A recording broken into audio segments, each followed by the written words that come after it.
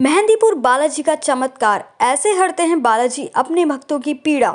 सनातन धर्म के धर्मशास्त्र तथा प्राचीन ग्रंथों में प्रभु हनुमान जी का एक अलग और विशेष महत्व है तथा शास्त्रों में वर्णित 7 करोड़ मंत्रों में हनुमान जी का उल्लेख भी पाया जाता है।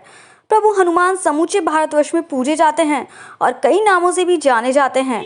हनुमान जी के कई नाम हैं, जैसे कि वायुपुत्र, श्री बालाजी, केसरी नंदन, श्री राम भक्त, रुद्र अवतार, सूर्य शिष्य तथा बजरंगबली। देवी अंजनी के गर्भ से जन्मे प्रभु हनुमान में 5 देवताओं का तेज और शक्ति समाहित है। अत्यंत बलशाली होने के कारण ही प्रभु हनुमान जी को बालाजी कहा जाता है। प्रत्येक इंसान अपनी इच्छा अनुसार ही देव देवियों की पूजा करता है, परंतु प्रभु हनुमान भगवान रुद्र के 11वें अवतार हैं और कलयुग के जीवंत देव भी हैं। समूचे भारतवर्ष में हनुमान जी के अनगिनत मंदिर हैं, लेकिन कुछ ऐसे मंदिर भी हैं जहां हनुमान जी को विशेष रूप में पूजा जाता है और यह माना जाता है कि वह हनुमान जी जागृत अवस्था में हैं और इस कारण ही ऐसे मंदिरों में भक्तों का जन सैलाब भी उमड़ता है। राजस्थान के दौसा जिले में ऐसा ही एक चमत्कार मंदिर है जिसका नाम है बालाजी मंदिर। 2 सुरम्य पहाड़ियों के मध्य की घाटी में स्थित यह मंदिर घाटा मेहंदीपुर के नाम से भी जाना जाता है। यह मंदिर 1000 साल से भी ज्यादा पुरानी है। हिंदू मान्यता अनुसार इस मंदिर में बाल रूप हनुमान की मूर्ति स्वयं प्रकट हुई। बालाजी की मूर्ति पहाड़ के अखंड भाग के रूप में मंदिर की पिछली और मजबूत दीवार का भी कार्य करती है। बालाजी की मूर्ति को प्रधान माना गया और उन्हीं को आधार मानकर संपूर्ण मंदिर का निर्माण करवाया गया। बालाजी की मूर्ति के सीने की बाईं ओर एक सूक्ष्म छिद्र भी है और उससे पवित्र जल की धारा निकलती रहती है और बालाजी के चरणों के पास स्थित पवित्र कुंड में जमा होती है, जिसे बालाजी के भक्त चरणामृत के रूप में ग्रहण करते हैं। इस युग में बालाजी जीवंत तथा एकमात्र देवता हैं जो अपने भक्तों को अष्ट सिद्धि, नवनिधि तथा मोक्ष प्रदान करते हैं। प्रारंभ में बालाजी के मंदिर के स्थान पर एक जंगल था जिसमें बड़े बड़े पेड़ पौधे तथा जंगली जानवर थे। आदरणीय श्री महंत जी महाराज के पूर्वज को एक सपना आया और सपने में ही वो उठकर चल दिए। सपने में चलने के कारण उन्हें इस बात का आभास नहीं था कि वो जा कहाँ रहे हैं और इसी दौरान उन्हें एक दिव्य लीला के दर्शन हुए। उन्होंने देखा कि एक ओर से हजारों प्रज्वलित दीपक जल रहे थे और हाथी, घोड़ों तथा नगाड़ों की आवाजें आ रही थी जो एक बड़ी फौज के रूप में सामने आने लगी। उसी फौज ने श्री बालाजी महाराज की मूर्ति की 3 प्रदक्षिणाएं की और फौज के प्रधान ने बालाजी के सामने दंडवत प्रणाम भी किया। उसके बाद पूरी फौज उसी रास्ते में वापस चली गई। गोसाई महाराज जी यह पूरी घटना देखकर अचंभित रह गए, घोड़े से भयभीत भी हो गए और चुपचाप अपने गांव की ओर लेट गए। इसके बाद गोसाई महाराज को नींद नहीं आई और वो इस विषय को लेकर सोचने लगे। अचानक फिर उनकी आंख लग गई और उन्हें सपने में 3 मूर्तियों के दर्शन हुए और उन्हें सपने में यह बात सुनाई पड़ी कि उठो और मेरी सेवा का दायित्व संभालो, मैं अपनी दिव्य लीलाओं का विस्तार करूंगा। पर यह बात किसने कही? उनके दर्शन नहीं हुए। गोसाई महाराज ने इस संपूर्ण घटना और बात पर ध्यान नहीं दिया और उसके बाद प्रभु हनुमान जी स्वयं प्रकट होकर गोसाई जी को दर्शन दिया और उन्हें पूजा करने को कहा।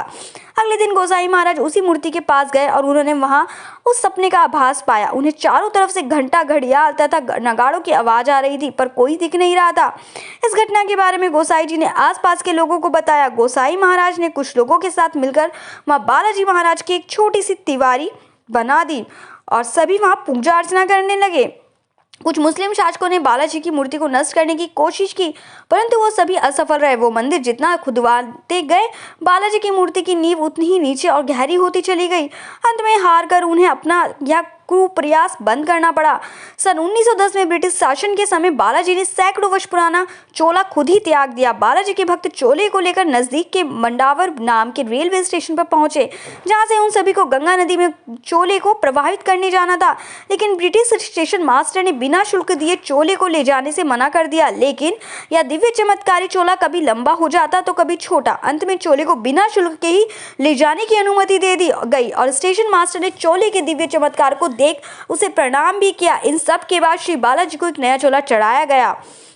बालाजी मंदिर में प्रेतराज सरकार दंडाधिकारी पद पर आसीन है। प्रेतराज सरकार को भी चोला चढ़ाया जाता है। प्रेतराज सरकार दुष्ट बुरी आत्मा को दंड देते हैं। पूरे भक्तिभाव से प्रेतराज सरकार की भजन आरती चालीसा तथा कीर्तन की जाती है।